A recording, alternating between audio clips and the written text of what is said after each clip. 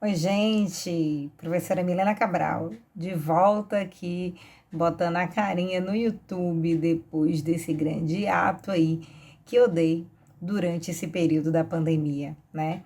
Eu tenho colocado alguns conteúdos em outras redes sociais, mas acabei ficando um tempinho aqui ausente, né? Esses meses aí da pandemia, sem colocar vídeo novo aqui no canal do YouTube. E aí, diante do que a gente vem vivendo, eu senti necessidade de deixar alguns vídeos que eu vou colocar durante a semana aqui no canal, falando um pouco de respostas imunes, porque mais do que nunca a imunologia está na boca do povo, né? E isso é muito bom. Do leigo àquele mais acadêmico, entendido, cientista, pesquisador, todo mundo hoje tem uma ideia do que é estar imune, do que é ter um IgG, do que é seu corpo produzir uma resposta imunológica. Se eu perguntar para minha mãe já tem uma ideia. Coisas que antigamente muita gente, né, que não estava envolvido com a área de ciências da saúde não ia saber responder, ou talvez não teria o entendimento que a pandemia pelo novo coronavírus acabou trazendo para todos nós. E aí, algumas perguntas eu sempre recebo via direct ou pelo WhatsApp. Eu sumarizei algumas perguntas para a gente, então, começar esse bate-papo de hoje, inicial, onde eu vou falar de forma sucinta, tá? E resumida, um pouquinho para a gente entender o que é imunidade e como essas respostas imunes, elas atuam de fato, tá? Para a gente diferenciar um pouquinho. Então, eu anotei aqui algumas das perguntas que alguns alunos, colegas, geralmente pessoas me mandam, né? E inbox, e eu resolvi então elencar para a gente fechar essa conversa e fazer um papo bacana e que leigo, todo mundo da área também possa entender. E aí, o que muita gente me pergunta, geralmente é assim, Milena, o que é estar imune a uma doença, né? Porque já que hoje todo mundo tem essa preocupação, peguei o novo coronavírus, estou imune, não estou imune, e existe a chance de eu pegar essa doença de novo, a gente não tem remédio, né? Não tem vacina. Então, estar imune é você ter aí um repertório dentro do seu corpo, tá? De células, de moléculas, né? De tecidos, barreiras, que vão, então, de certa forma, proteger o seu corpo para que você não desenvolva doença. Às vezes, né, o estado de você assim, você está imune, você então, primeiro, tem aquele momento, aquele primeiro momento com agente infeccioso, fica doente, mas depois você não tem de novo a doença. Então, é justamente você capacitou, a partir desse primeiro contato, o seu organismo, né, para que ele se tornasse então mais especializado, mais potente, para que se porventura você encontrar aquele agente infeccioso novamente, você não caia doente. Você não fique mais uma vez doente. Então, tem uma série de doenças que a gente, de fato, consegue manter essa imunidade, né? O sistema imune ele vai estar ali competente para lhe proteger, para que você não desenvolva novamente a doença, mas às vezes esse sistema imune ele capacita você para que você, pelo menos, você pode até ter a doença, mas ele vai estar mais apto para reduzir os sintomas que você poderia ter, que seriam às vezes muito mais graves e acabam sendo mais brandos, porque você já tem ali um repertório, né, de células que vão então estar ali lutando, batalhando para que você não fique tão doente.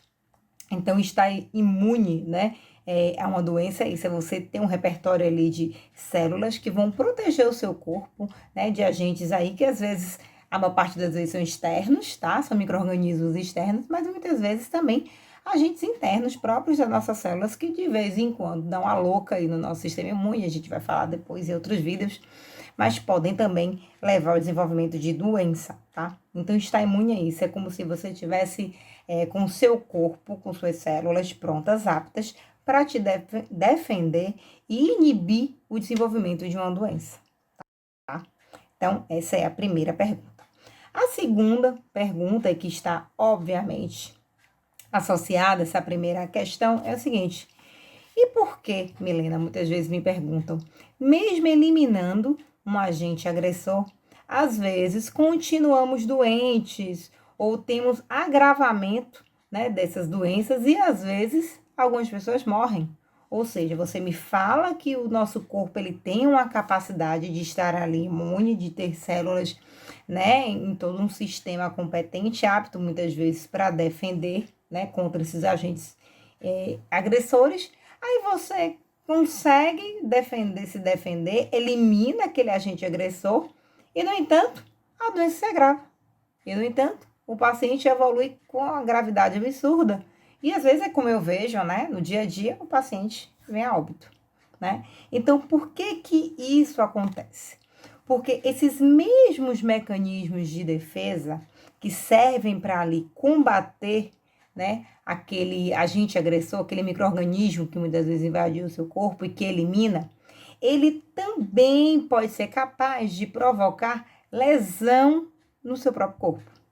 Então a gente monta uma resposta tão eficiente muitas vezes, mas que ela é tão exacerbada e ela vai ser capaz de, por exemplo, como a gente está vendo no novo coronavírus, o nosso sistema imune, ele consegue, na maior parte das pessoas ainda bem, né? Consegue eliminar o vírus, né? Então ele vai perdendo a sua capacidade de se replicar dentro das nossas células e acaba morrendo, porque a gente sabe que os vírus precisam do nosso maquinário celular para sobreviver, né? Eles não conseguem ficar muito tempo aí perdidos, soltos no espaço, tá? Precisam das nossas células.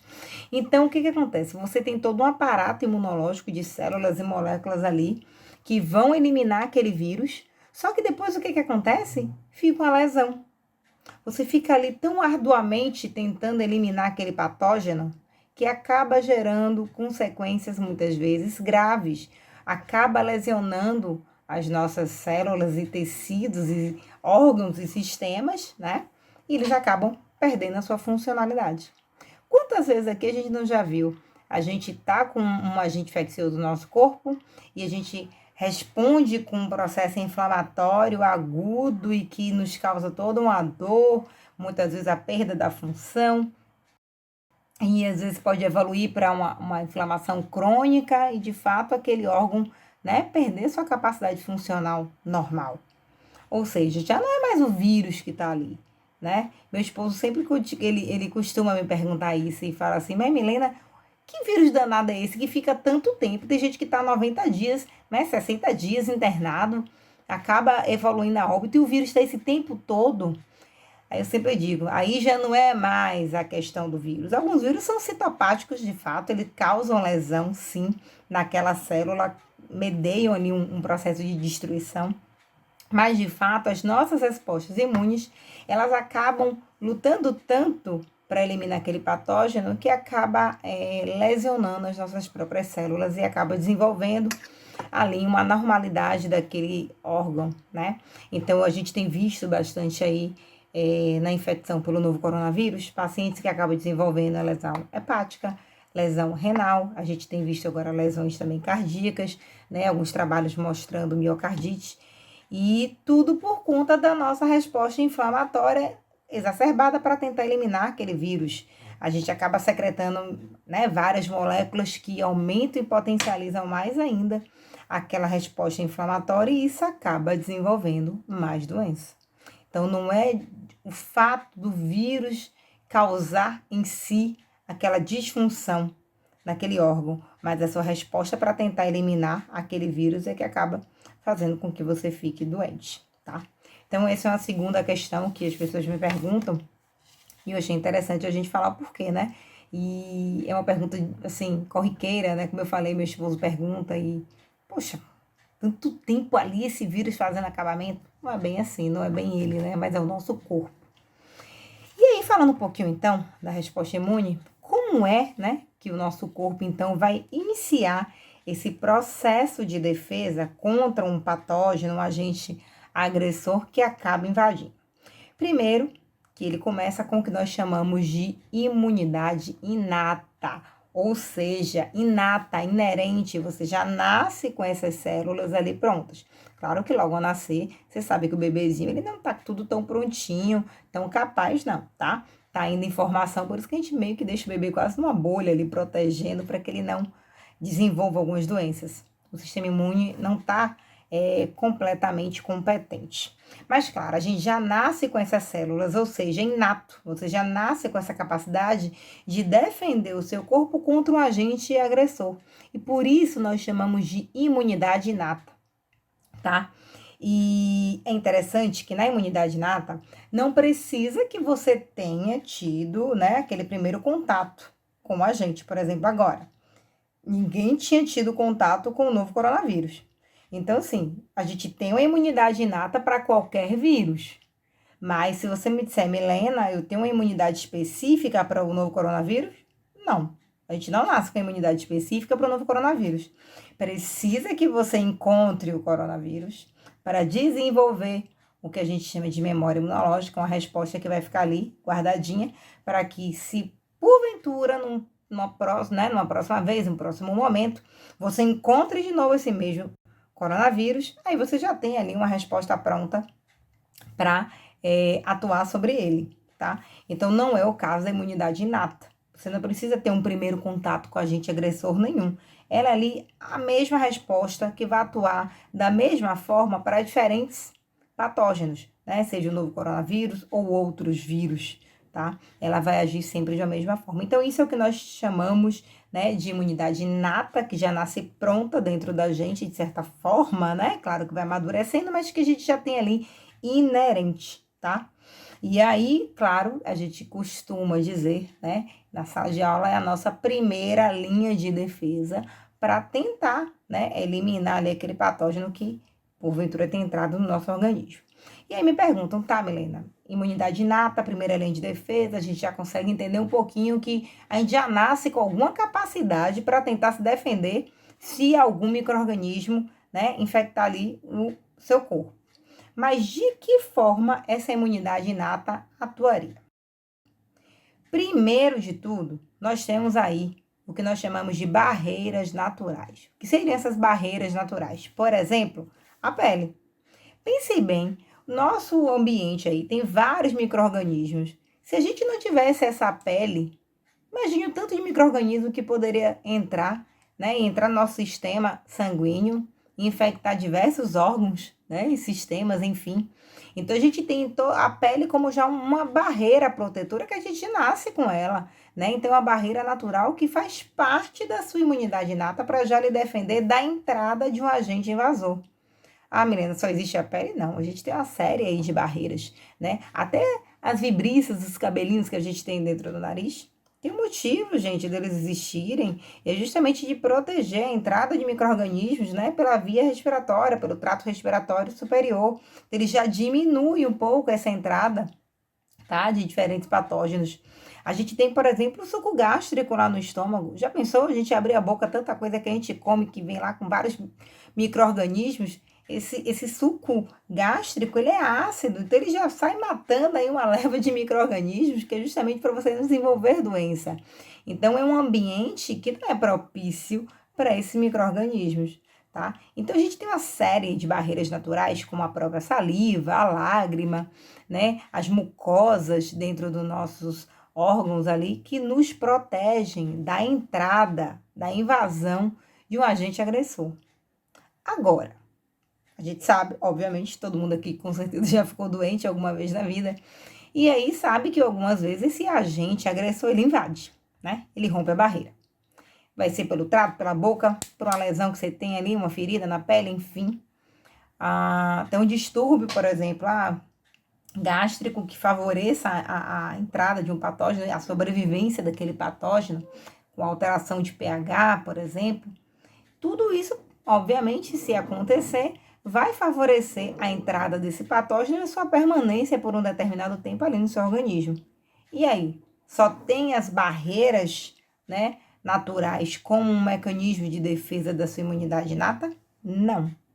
A gente tem aí uma série de células, tá? Que a gente também já nasce com essas células e que elas estão ali já atuando todas da mesma forma, mas que de alguma forma, quando encontrar aquele agente agressor, elas vão tentar o quê? Destruir aquele agente, inibir que ele se desenvolva, se prolifere, fique ali se multiplicando.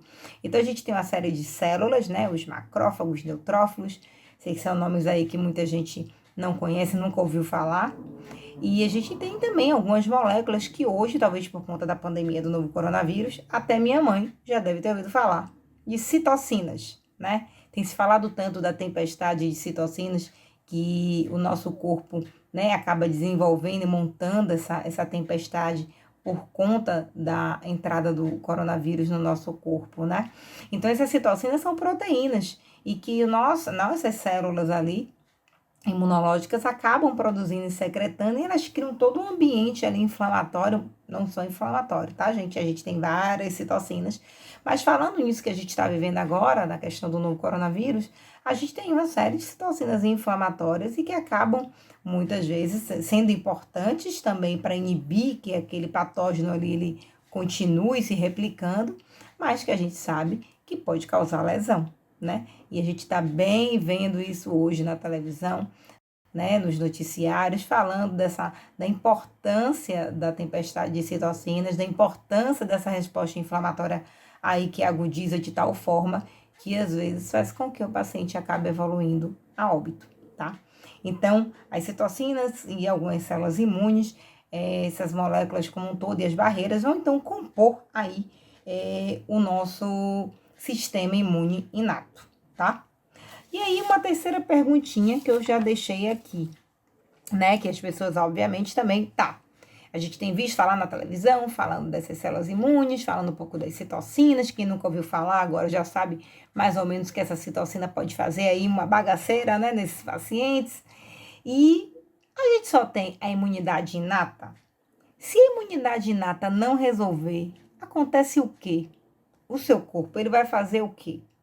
Então, se a imunidade inata, que é a nossa primeira linha de defesa, ela não consegue atuar, de fato, não consegue eliminar aquele patógeno, a gente vai lançar a mão de uma outra imunidade, que é mais elaborada, mais especializada, que não nasce pronta, assim como a imunidade inata, embora a gente tenha ali as células, tá? Mas elas precisam se capacitar. É o que nós chamamos de imunidade adaptativa, ou imunidade adquirida, ou imunidade específica. O nome já está dizendo, ela é adaptativa porque ela tem a capacidade de se adaptar. A depender do tipo de patógeno que entra no seu micro-organismo, é como se eu selecionasse, preparasse aquelas células para que ela soubesse distinguir exatamente o tipo de micro-organismo que entrou no seu corpo. E aí ela vai dizer, poxa, o que entrou aqui agora foi uma bactéria de tal tipo, entrou um fungo de tal tipo, um vírus de tal tipo.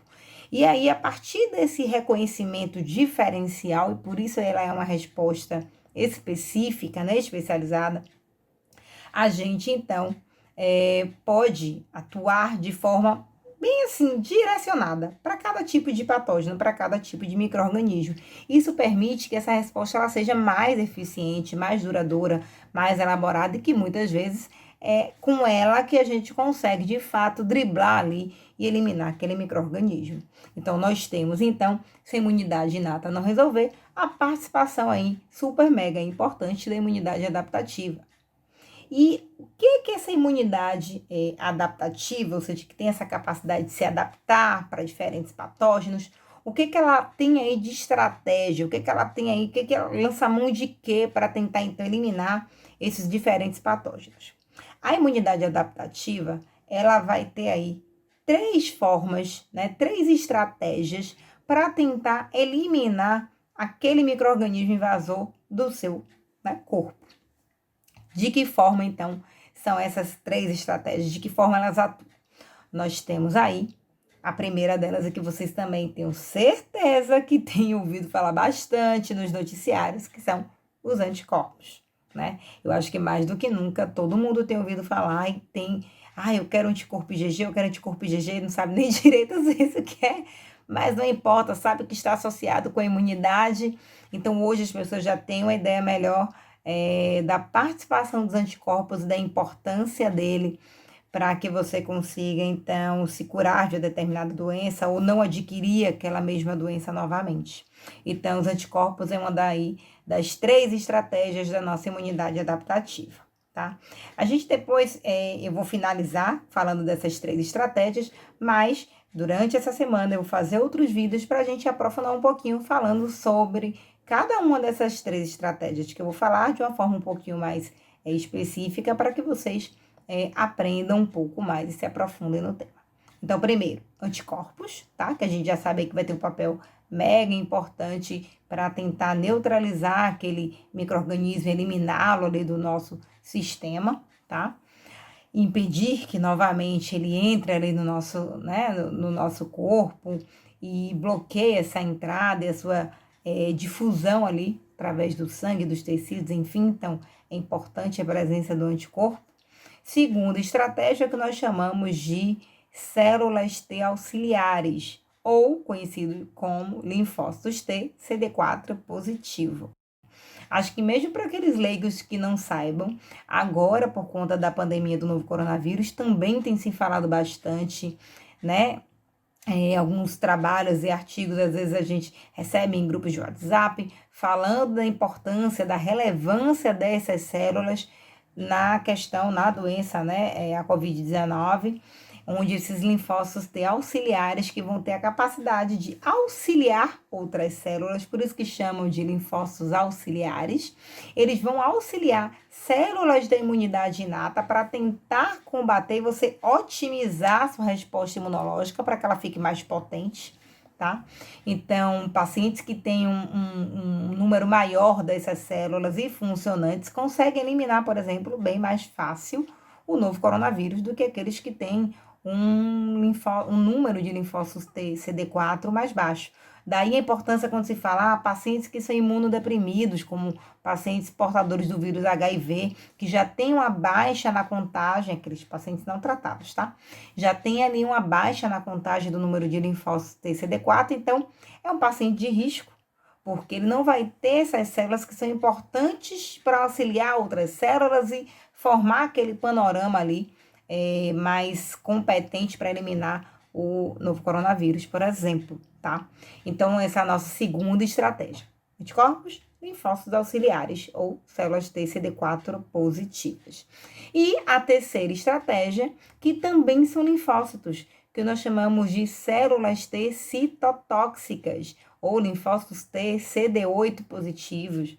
São também linfócitos que têm uma atividade distinta dos auxiliares, mas que são mega importantes para eliminar células que estão ali infectadas, né, principalmente com vírus ou bactérias que fiquem ali intracelularmente, que fiquem dentro das nossas células ali, se aproveitando, né, delas. Então, a gente precisa também desses linfócitos T CD8 positivo, que são tóxicos, que vão matar aquela célula infectada e que acaba, então, eliminando, né, a presença daquele patógeno, de que ele consiga se replicar, continuar ali vivendo dentro das nossas células. Então é isso, são 3 estratégias que a nossa imunidade adaptativa ela dispõe ali e que geralmente são suficientes, mas que a gente sabe que às vezes quando essas respostas elas são demasiadas demais, acabam levando à doença também. Então é isso. Espero que vocês tenham gostado desse meu retorno. E eu vou estar colocando, então, essa semana, alguns vídeos falando de imunologia. A gente vai falar um pouquinho mais sobre os anticorpos. Vamos falar um pouquinho mais das células T CD4 positiva, CD8 positiva. Essas 3 estratégias da nossa imunidade adaptativa que eu falei. E a gente também vamos falar aí sobre imunidade inata, inflamação. Eu acho que é um assunto bacana, que está em voga e que mais do que nunca eu acho que todo mundo precisa se inteirar um pouco, porque faz parte hoje da nova realidade que a gente está vivendo. Então, agradeço, continue me seguindo nas redes sociais, aqui no YouTube, que eu voltei para ficar, tá bom? Um beijo, até breve.